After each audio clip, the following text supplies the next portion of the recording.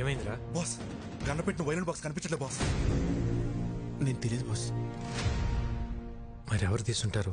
ఏంట్రా ఇది? గురువు గారు మీ బర్త్డే స్పెషల్ అని సర్ప్రైజ్ ప్లాన్ చేశాను, చూస్తే షాక్ అవుతారు.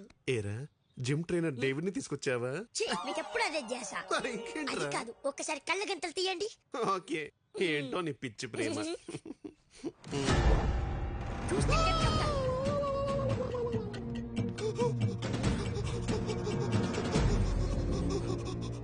ఏం సావిత్రి సిగ్గుపడతావు ఏంటి? వాయించు. నా టెన్షన్ మీకు సిగ్గులా ఉందా అండి? ఏం పర్లేదు, వాయించు. ఇది వాయిస్తే నా ఫింగర్ ప్రింట్స్ పడతాయండి. ఫింగర్ ప్రింట్స్ పెట్టాను కదా గన్నా కత్తా. ఏమండి, మీ క్వశ్చన్ లోనే ఆన్సర్ ఉందండి రాజారాం గారు. ఇది వాయిస్తే నా నెక్స్ట్ బర్త్డే ఉండదు సార్, ప్లీజ్ కన్సిడర్. అదేంటి గురువు గారు, చిన్నప్పటి నుండి మీ డ్రీమ్ కదా. ఆ డ్రీమ్ మొన్న ఘామనప్పుడే పోయింది దరిద్రుడా. అయినా ఇది విక్కీ గారి పర్సనల్ అండి. ఆయన పర్మిషన్ లేకుండా వాయించడం ఇల్లీగల్, ఐ మీన్ అనెథికల్. విక్కీకి నేను చెప్తా గానీ హే పురుషోత్తం, ఆ వైలెన్ తీసివు. బాస్ గన్ను వాళ్ళు కంటపడితే కొంపరటిపోతే బాస్. బాస్ బాస్ ఈ ఎదురు చేయను బాస్. వద్దండి, నేను చెప్తున్నా వద్దండి, ప్లీజ్ వద్దండి, వద్దండి, వద్దండి బాబు, ఏమండే వద్దండి,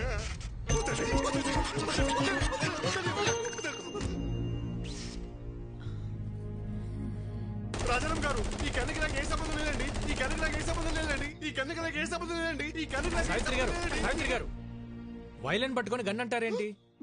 మార్చేశారా? ఇది తన చేతిలో ఎవరు పెట్టారు? మీరే పెట్టారు, చీకట్లో పెట్టి మర్చిపోయారు. బొండం తాగపోతే అలాగే మధ్యపరపు వస్తుంది. కన్నా అక్కడ బుల్లెట్ ఇక్కడ ఇచ్చండి, ఇచ్చేయండి.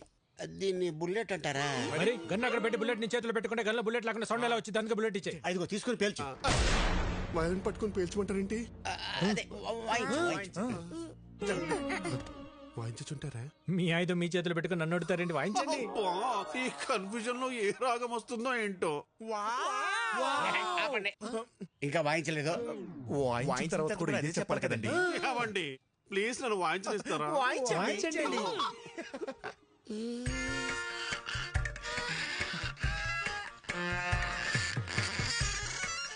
ఆహా వెరీ సూదింగ్.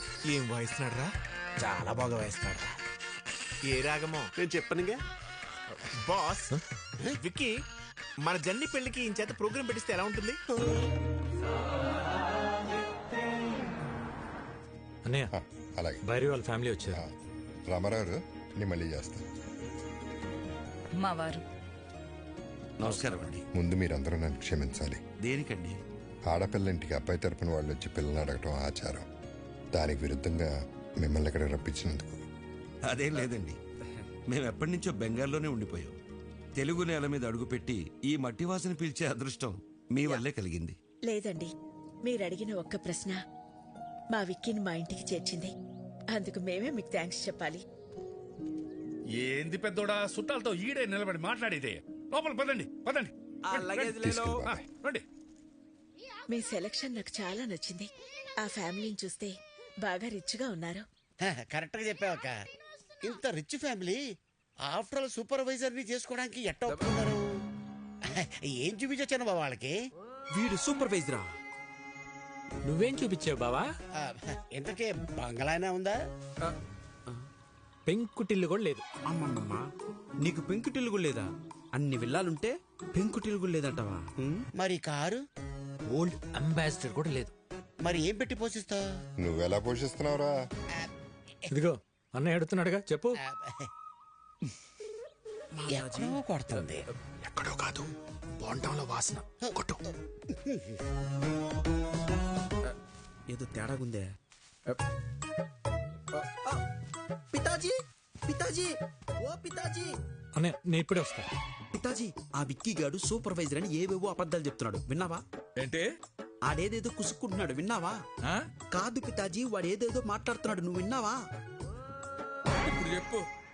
వీడింకా చెవిటి మెసలు పెట్టుకోలేదా? ఎందుకురా అరుస్తావు? ఇవి మాత్రం బాగా వినపడి సస్తాయే. ఇది నీకు కాదు, ఎవరికి చెప్పాలో వాళ్ళకే చెప్పాలి. నువ్వెలా? శుక్లమామ, శుక్లమామ, ఎవరిని వదలం. ఎక్కడెక్కరా? I'm going there. రోజు మనం ఆ నిర్ణయం తీసుకోవడం మనకే మంచిది. మీ వాడి మోసాన్ని తేలుస్తా. ఏం మోసం? ఇందాక మీ అన్నయ్యతో అన్ని అబద్ధాలు చెప్పావా లేదా? ఒక్క అబద్ధం కూడా చెప్పలేదు. నువ్వు అబద్ధాలు చెప్పావని నేను నిరూపిస్తే అబద్ధానికి ఒక చెంపదెబ్బ తింటావా? నిజం నిరూపిస్తే 2 చెంప దెబ్బలు తింటా. అయితే అడుగు.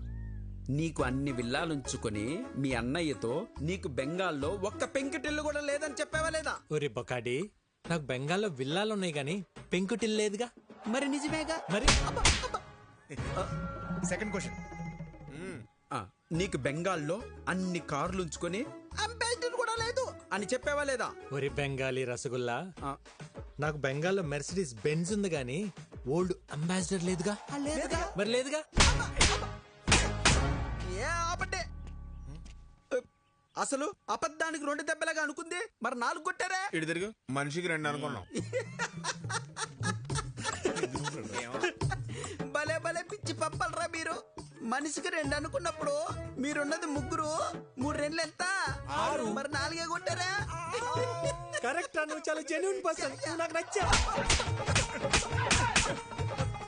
సరిపోయిందా? సరిపోలేదు, but I have little bit confused. I will come later. ఇంకా కన్ఫ్యూజన్ పోలా. I have some work. We don't have work. గుర్తు చేసి గూప పగల కొట్టించుకోవడం అంటే ఇదే సార్. మీరు మరీ సార్ అన్ని అబద్ధాలన్నీ మీరే చెప్పి అవన్నీ నా చేత నిజాలను ఒప్పించి ఏంటి సార్ మీ స్ట్రాటజీ? మన స్ట్రాటజీ ఏంటో ఒకసారి చెప్పండి రా. Okay boss. ఇప్పుడు ఆడు చెప్తాడు. ఓకే. మా బాస్కి 2 పాలసీలు తెలుసు. ఏంటి? ఒకటి, ఆయనతో సమానమైన స్టేచర్లు ఉన్నాడైతే 4 తన్ని స్టేచర్ మీద పడుకుని పెడతాడు. మరి రెండోది?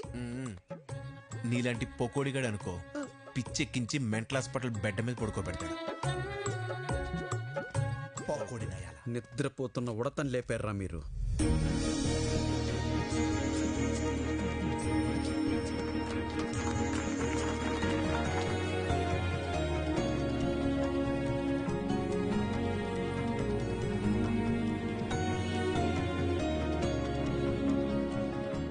తీసుకోండి ప్లీజ్. రాజారాం గారు, మీ గురించి మేము ఊహించిన దానికంటే గొప్పగా ఉన్నారు. మా భైరవికి మీకంటే మంచి కుటుంబాన్ని మేం కూడా తీసుకురాలేం. ఇక మేం బయలుదేరుతాం. బాలే ఓరు శుక్లాజీ, ఏంది ఇంత దూరం వచ్చిన తర్వాత అట్ట ఉట్టి చేతులతో వెళ్తే అట్ట తాంబూలాలు పుచ్చుకుని వెళ్ళండి, ఏమంటారు? మీలాంటి పెద్ద ఆయన చెప్పాక కాదనేదే ఉంది. అలాగే చేద్దాం.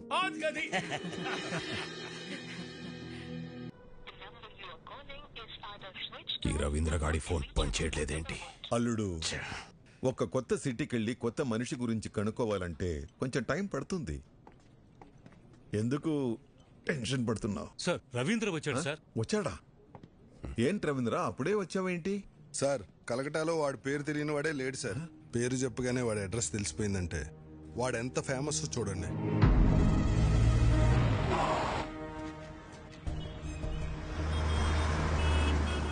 विक्की भैया मेरा कालीगढ़ का छत्रपति शिवाजी है. వాడుండే ఏరియా కాళీగట్టుకు వెళ్ళాను. అక్కడ వాడి బిజినెస్ పార్ట్నర్ గుప్తాను కలిశాను. నేను ఒక జర్నలిస్ట్ని, స్టోరీ రాస్తానని అబద్ధం చెప్పాను. అప్పుడు వాడు ఒక ఇన్సిడెంట్ చెప్పాడు సార్. నాకు అప్పుడు అర్థమైంది వాడు అక్కడ విక్కీ బాయ్ ఎందుకయ్యాడు. కాళీఘాటు మాది. ఎన్నో ఏళ్లుగా ఇక్కడే బతుకుతున్నాం. మేం ఖాళీ చెయ్యం. సేటు, మీది 400 కోట్ల హోటల్ కావచ్చు, మాది 4 తరాల ఎమోషన్. కోర్టు స్టే ఇచ్చినా నువ్వు ఇలా చేయడం న్యాయం కాదు. మీరు కోర్టు ఆర్డర్ ని నమ్ముకుంటే నేను ముఖర్జీ సేట్ని నమ్ముకున్నాను. ఈ ముఖర్జీ నమ్ముకున్న వాళ్ళ కోసం ఎంతమందిని చంపడానికైనా రెడీ. మరి మీరు నమ్ముకున్న ఆ విక్కీగాడు మిమ్మల్ని కాపాడడానికి వస్తాడా?